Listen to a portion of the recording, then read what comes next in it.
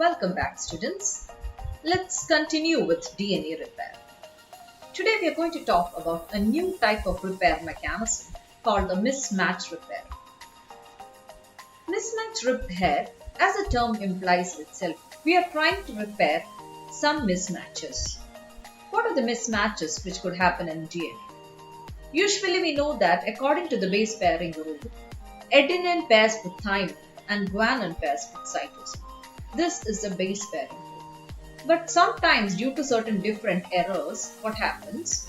The pairing rule will be shattered or it will not be obeyed. So adenine will not pair with thymine and it might pair with something else, with either cytosine. And similar is the case with guanine. Rather than pairing with cytosine, it could pair with thymine. So such mismatches might sometimes they might not be read by the DNA proofreading mechanism of DNA polymerase. Usually, even when such mismatches comes, DNA polymerase by its 3' to 5' exonuclease activity, it will go back onto the replicated DNA and correct it. But when the DNA polymerase proofreading mechanism is not working or when it is not able to make this mismatch correct, another system called the mismatch repair comes and plays on action. And this encompasses about 99% of the DNA repairs. One example that we have to see is a template G normally can be paired with a thymine rather than a cytosine in the progeny strand. So that is a GT pair it will not fit correctly into the DNA duplex and it has to be removed.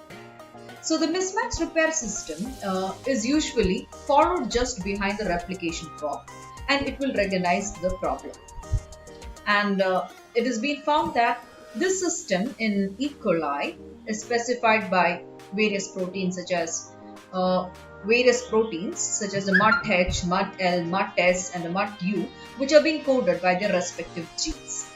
And these are responsible for the removal of the incorrect base by an excision repair process.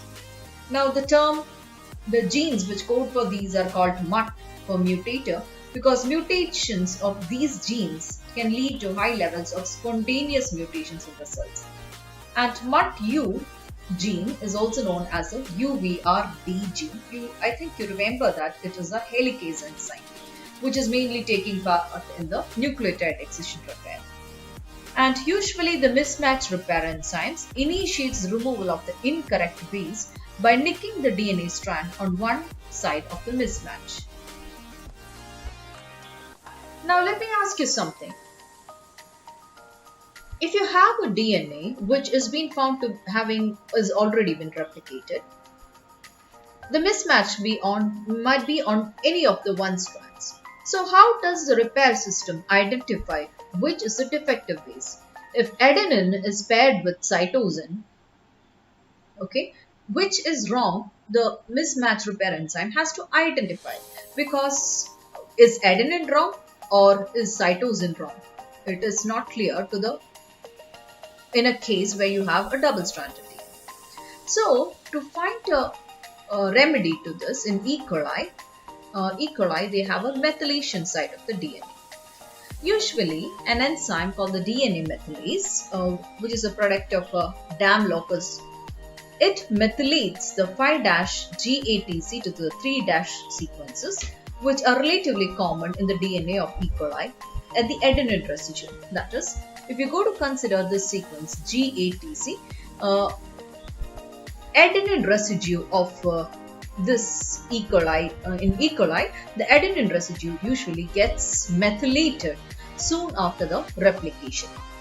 But since the mismatch repair enzymes follow the replication fork of the DNA, they usually reach the site of mismatch before the methylase does. And the template strands will be methylated, whereas the progeny strands, being newly synthesized, will not be. Thus, the methylation site of the DNA cues the mismatch repair enzymes to eliminate the progeny strand base for repair. So, what I need to tell you here is, you have the first thing, what is a replication, the site where the replication is happening. Soon after the replication fork has been moving, just behind that, those sequences are being analyzed by the mismatch repair enzymes. And when the mismatch repair enzymes analyze the DNA following the replication fork, they will see that what? Some sites of the DNA are being found to be methylated and some sites are not being found to be methylated. The sites which are being methylated, they mainly represents the template strands. And the ones which are not methylated, they are indicated that they are the newly synthesized strand. Now, why does this happen? This mainly happens because the methylases will come at a slower rate, that is the rate at or the time of arrival of the methylase enzyme after replication happens only after the mismatch repair enzymes happen to see the DNA. So, once the replication is happening, soon after that, inspection of the DNA will be done by the mismatch repair enzymes so that they will be able to identify which is a template strand or which is a non-template strand based upon the methylation. It is only after that the normal methylase enzymes comes and methylates the newly formed DNA. So we get a chance to correct the newly strand DNA which is having any type of mismatches. Now coming to the protocol or the procedures or the steps which happens during mismatch. The mismatch repair is usually being identified by different number of proteins. Firstly, a protein called the MUT-S protein, it discovers the mutations or the mismatches. That's what we can find here. This is a MUT-S comes and finds the mutation over here. And after that, onto this MUT-S, now MUT-S is a dimer protein. Okay, and onto that itself, another dimer protein called the MUT-L will come and bind over that. And you can see that a little bit ahead of that, on the template strand, there would be a site called the GATC, where adenine is being found to be methylated. Okay, and you can a little bit coming towards this side, what happens? Little bit away, and the MUT-H endonuclease will nick the progeny strand at the 3-CATG sequence. Now you just look at this. This is a methylated strand. Just complementary to that, there is a CTAG site. So another protein called the MUT-H will come and bind here. Okay, and it will cut the sequence here, in between here. That is in between G and A. It will identify that it is not methylated, that is this adenine is not being methylated, so it can be able to identify which is the progeny sequence. But something what we have to know is MUT-H is a poor endonuclease. It cannot directly produce a nick over there. So what will it do? With that, it will come and interact with the DNA itself will bend. Okay, it's not shown in this particular picture, but the MUT-S and the MUT-L together interacts with the MUT-H. That is, the DNA will get rotated like this and it will come here. So at the region where the MUT-S has detected a wrong site here, a mismatch has been detected over here, and so a cut will be produced here by the action of MUT-S and L. They will activate the MUT-H endonuclease and then a cut will be produced. Then the MUT-U helicase, another enzyme. Okay, the MUT-U binds and unbinds the nicked progeny strands. So here there is a cut produced and a helicase enzyme called the MUT-U will unbind it. And further on, exonuclease based digestion happens and DNA polymerase 3 plus DNA ligase will come and bind and the filling of the new DNA strand will happen.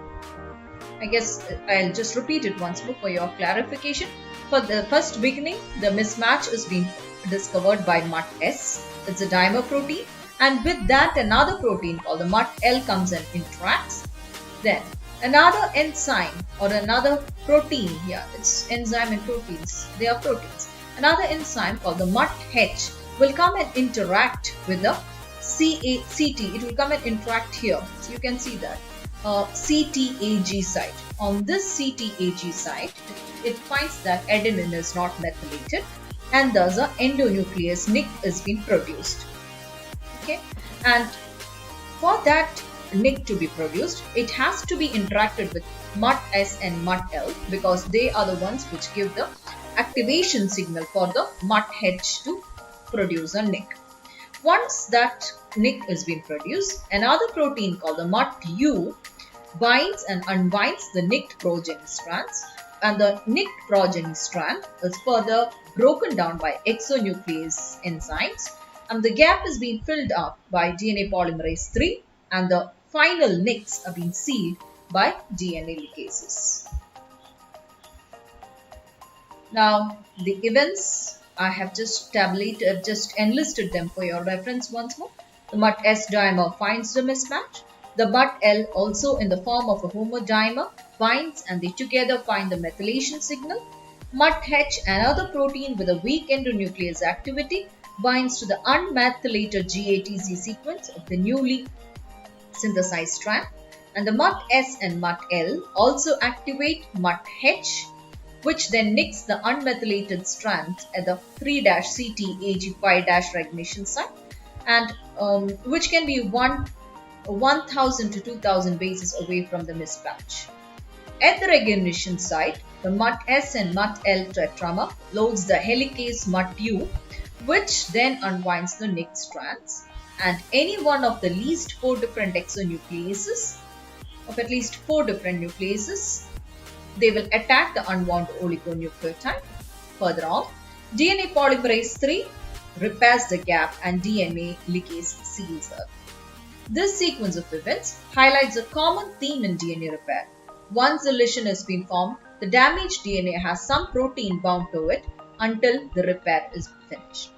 Hope so now mismatch pair repair is clear to you. With this, we come to an end of mismatch repair. We will be continuing with the different repair mechanisms in the coming sessions. Thank you for now.